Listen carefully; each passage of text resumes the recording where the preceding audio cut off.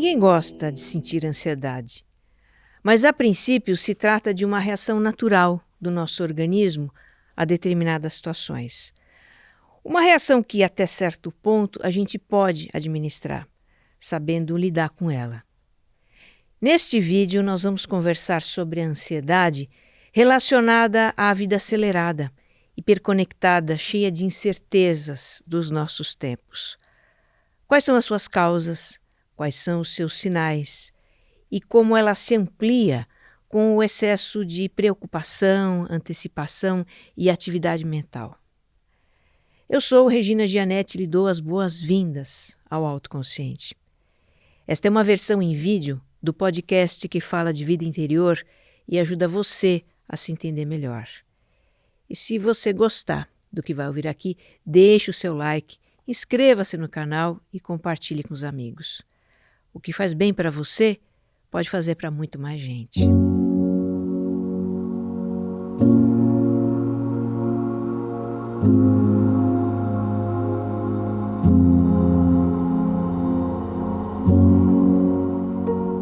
Ansiedade é uma reação do organismo a situações percebidas como ameaças ou riscos, que estão para acontecer ou podem acontecer. Essa reação produz sensações físicas desagradáveis em diversos graus de intensidade. Desde uma leve aceleração no coração até um pânico paralisante, que gela o corpo e deixa a respiração difícil. Aquele frio na barriga que dá antes de fazer uma apresentação no trabalho é ansiedade. O coração disparado quando o médico chama para contar o resultado de um exame que preocupa é ansiedade. O aperto no peito quando você lembra de uma situação difícil que vai enfrentar no dia seguinte, ou o corpo e mente acelerados quando você luta contra o tempo para entregar um trabalho, esses também são exemplos de ansiedade.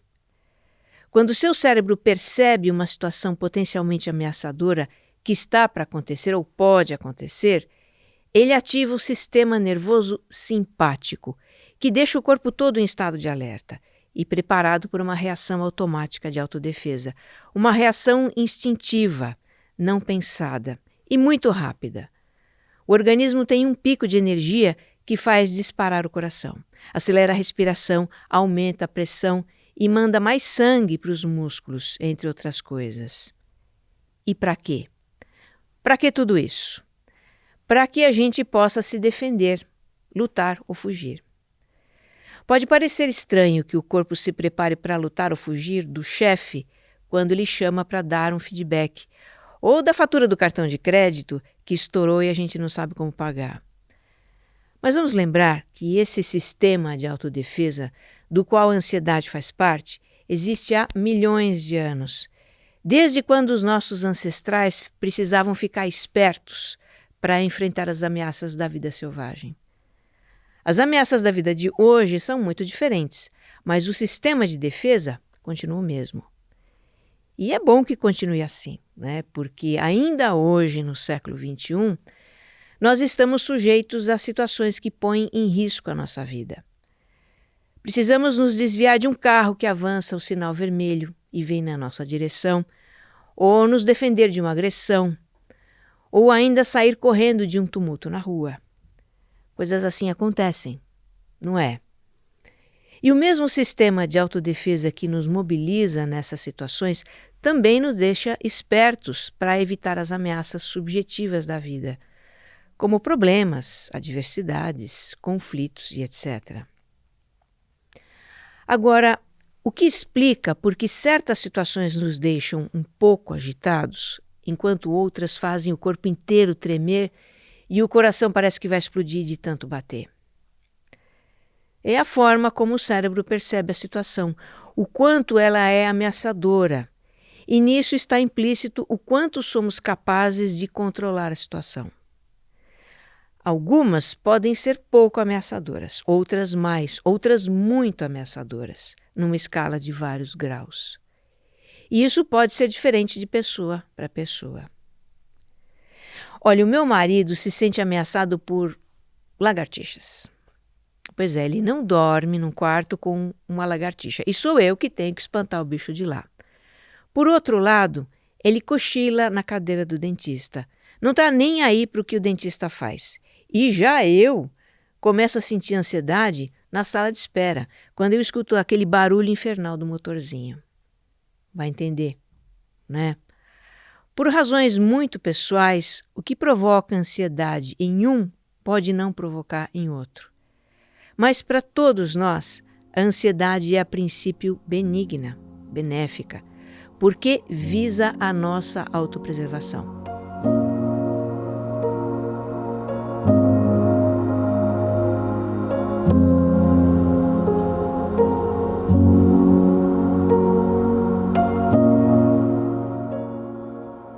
Vamos retomar a definição que eu dei agora há pouco e explorar outro aspecto dela.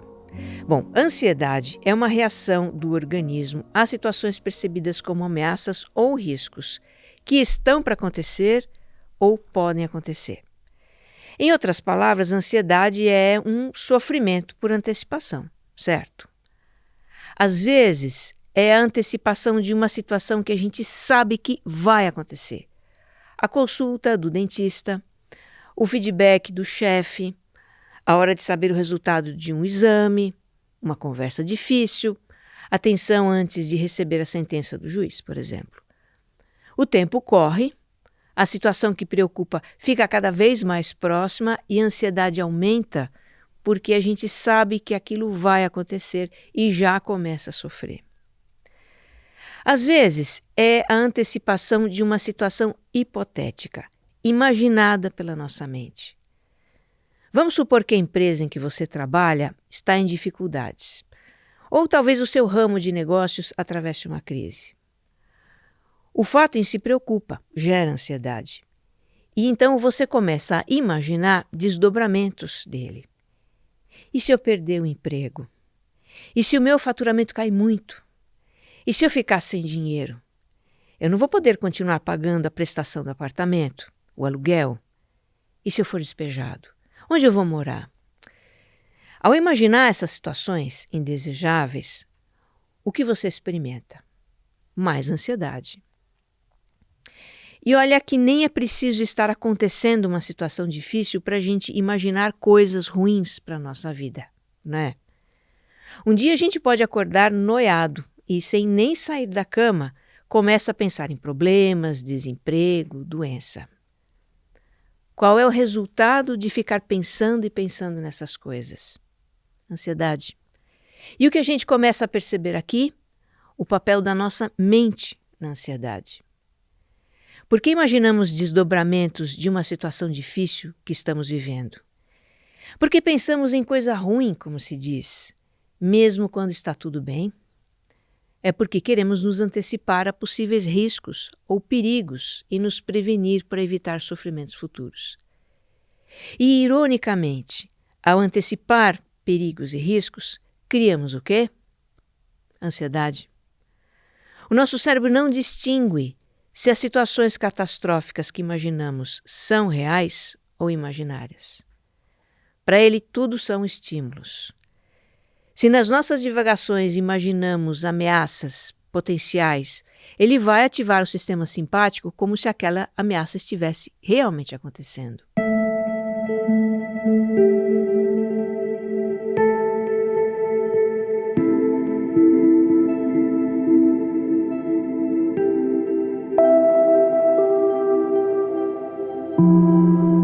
É uma grande ironia, não é? Antecipamos situações para nos prevenir do sofrimento e, ao fazer isso, sofremos por antecipação. Mas, enfim, isso acontece com todos nós. É da própria natureza do ser humano que tem uma mente divagante, poderosamente criativa e também sugestionável, por influência de outras pessoas, dos meios de comunicação, do mundo em que a gente vive. E esse mundo cada vez mais nos dá razões para estarmos ansiosos, infelizmente. É um mundo habituado à alta velocidade e às respostas imediatas que a tecnologia nos dá. A gente aperta um botão ou clica num link e imediatamente acessa uma informação, faz funcionar alguma coisa. Se por qualquer motivo o nosso comando não gera uma resposta imediata, mas demora alguns segundos, pronto. Tem alguma coisa errada. Travou, deu pau. Vivemos no mundo do tempo real, da banda cada vez mais larga, da ultravelocidade. E de repente estamos também nós querendo funcionar desse jeito, fazendo várias coisas simultaneamente para otimizar o tempo, trabalhando com prazos cada vez mais curtos, sempre acelerados, sempre com pressa, realizando uma tarefa e já pensando na seguinte. Essa afobação gera o quê? Adrenalina, ansiedade. É um mundo de mudanças frequentes e bruscas. O que é hoje pode não ser mais amanhã. Quantas vezes isso já aconteceu na sua vida? Você trabalha em um projeto importante da sua empresa, os prazos estão sendo cumpridos, as coisas estão acontecendo. De repente o projeto para porque as prioridades mudam. É um escândalo que estoura na política, é um fato importante na economia, é um lançamento revolucionário da tecnologia e tudo muda. Nada contra as mudanças, hein? Mudanças são fenômenos naturais da vida, são necessárias. Mas ainda assim geram incerteza, porque trazem o desconhecido. A incerteza faz a nossa mente navegar nas águas da dúvida, da antecipação de perigos. E isso é combustível de quê? Ansiedade. É um mundo também complexo, uma vida complexa. Nós lidamos com uma grande carga de informação. Temos múltiplos afazeres. Precisamos interagir com várias pessoas para atingir os nossos objetivos. No ambiente de complexidade, é muita coisa para acompanhar, para controlar. E embora a gente tente controlar tudo, é impossível controlar tudo. E essa sensação de falta de controle é um pesadelo para a mente, mais um fator de ansiedade. Temos ainda as pressões por resultados no trabalho, a competitividade, preocupações com o futuro, a sensação de insegurança nas grandes cidades, nossas questões pessoais e familiares, um problema de saúde, dificuldades financeiras. Tudo isso nos faz pensar demais, nos preocupar demais. E o excesso de preocupação, antecipação e atividade mental é apontado por especialistas como o grande causador da epidemia de ansiedade do nosso tempo. Então veja, cada vez mais precisamos ter autoconsciência para perceber quando estamos nos preocupando demais e com o que estamos nos preocupando. E precisamos também saber como lidar conosco nesses momentos. Como deter o turbilhão mental que alimenta a ansiedade. Como nos desacelerar, como nos acalmar.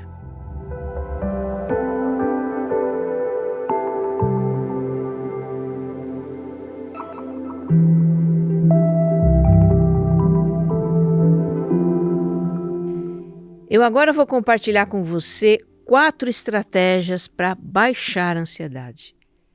Elas consistem em trazer a atenção para o momento presente, para o aqui e agora. Então, basicamente, a gente vai focalizar a atenção em uma sensação do nosso corpo ou algo que a gente estiver fazendo. E qual é a lógica disso? É tirar a mente de estados que alimentam a ansiedade. Estratégia 1. Focar na respiração. Quando você perceber que está muito ansioso, agitado, angustiado, pare o que estiver fazendo e busque um local onde você possa ficar sozinho e não seja incomodado. Você está no trabalho? Ok, procure uma sala vazia. Vale até ir ao banheiro, pelo menos lá você tem privacidade. Se o lugar permitir, você pode ficar deitado, sentado ou até mesmo de pé, tá? Com os braços e pernas descruzados. Então feche os olhos e coloque atenção nas sensações da respiração no abdômen. E faça uma respiração mais calma, mais longa, sem forçar, tá? É uma respiração suave. Faça também uma contagem durante a respiração.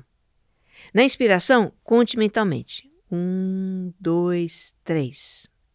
Na expiração, conte verbalmente, baixinho, falando mesmo. 1, 2, 3, 4. A expiração é um pouquinho mais longa do que a inspiração, tá? Olha, tem aqui no canal um episódio do podcast em que eu conduzo esse exercício para você. É o episódio 13, SOS Estresse e Ansiedade. Tem um link na descrição, tá? Eu vou adiantar algo que vai acontecer o tempo todo durante esse exercício. Presta muita atenção que é importante, ok? Você começa a respirar e contar com atenção e de repente percebe que está de novo pensando na situação que causa ansiedade. É assim mesmo. Tá tudo bem. Apenas recomece a contagem e continue sentindo a sua respiração. Nesse exercício, duas coisas muito importantes acontecem. Uma é que ao fazer essa respiração atenta e calma, você ativa o sistema nervoso parasimpático, que estabiliza o organismo. As sensações de ansiedade, coração acelerado, aperto no peito, suor, tremores, tudo isso vai abaixando. Outra coisa que acontece é que no momento em que você está sentindo a respiração, a sua mente está no momento presente. E se ela está no presente, não está se preocupando e imaginando o que vai acontecer no futuro. Coisas que alimentam a ansiedade. Mesmo que os pensamentos fiquem voltando toda hora, e eles voltam, é importante você entender que isso é normal, tá? Mesmo que os pensamentos fiquem voltando, o fato de você interrompê-los para contar e sentir a respiração tira a energia deles e eles começam a perder o impulso. Pratique esse exercício pelo tempo que você achar necessário, até sentir que está ficando mais calmo. E mesmo depois que você voltar para suas atividades normais, continue respirando com atenção sempre que você perceber que as preocupações voltaram, porque elas voltam.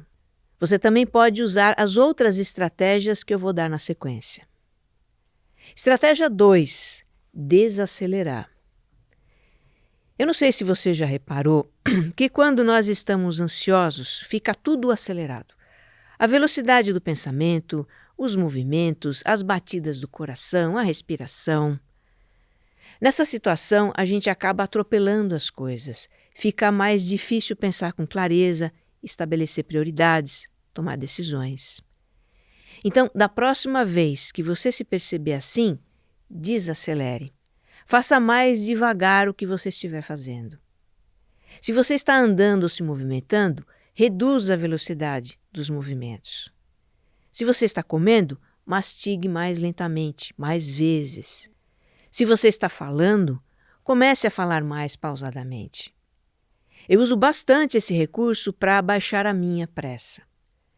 Por exemplo, se numa palestra eu começo a acelerar a fala porque surge uma preocupação de não estourar o tempo, eu faço uma pausa na fala, inspiro profundamente e recomeço a falar mais lentamente. Comece a observar você também quando você se acelera e diminua o ritmo. Isso ajuda a controlar a ansiedade. Estratégia 3. Colocar atenção no que estiver fazendo.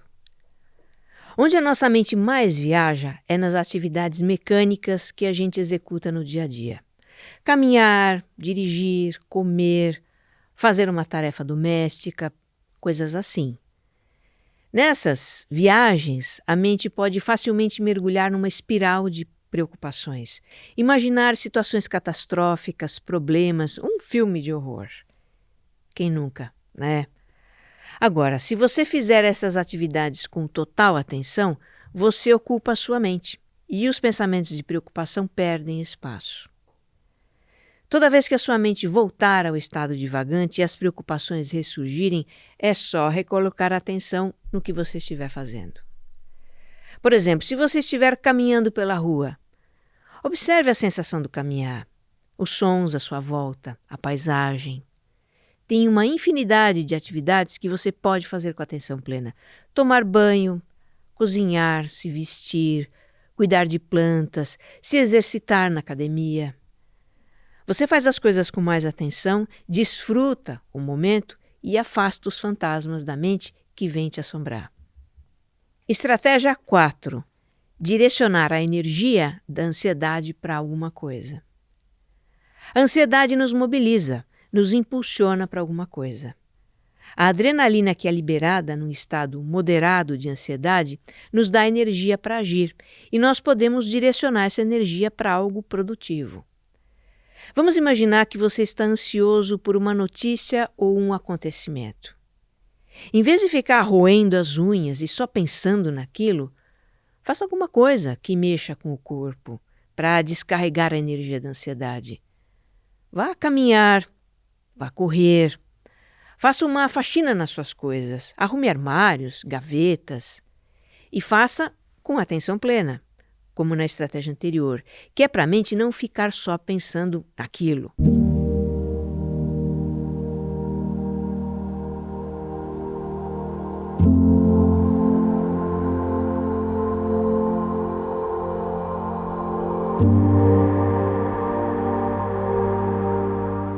Essas estratégias nos ajudam muito a administrar a ansiedade relacionada à vida corrida, cheia de imprevistos, preocupações e tudo mais. Mas para 10% dos brasileiros, segundo estatísticas recentes, é preciso um pouco mais do que isso.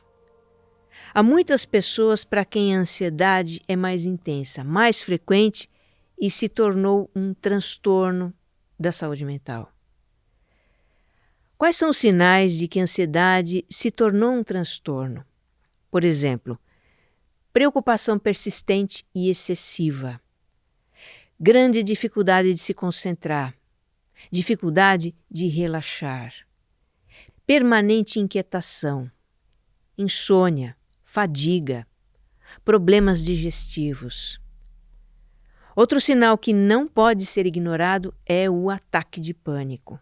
Os sintomas mais comuns são tremores, suor, dor no peito, respiração acelerada, uma sensação de paralisia do corpo e medo intenso de uma causa inespecífica. É uma situação muito assustadora. Quem passa por isso pensa que vai morrer, pensa que é um ataque cardíaco. Esses sintomas, na verdade, decorrem de uma grande quantidade de adrenalina no organismo. Adrenalina, que é um hormônio do nosso sistema de autodefesa, liberado em situações de ansiedade e estresse. Se você se identificou com a maioria desses sinais, está na hora de falar sobre ansiedade com alguém. Compartilhe o que se passa com uma pessoa próxima que possa apoiar você. É muito importante ter alguém do seu lado. Não tome medicação para ansiedade por conta própria, tá? Isso pode dar muito errado. Consulte um psicólogo, um psiquiatra, que são profissionais com qualificação para fazer um diagnóstico preciso e encaminhar você para um tratamento adequado. Você pode ter acesso gratuito a esses profissionais, se precisar. A rede pública de saúde oferece o serviço.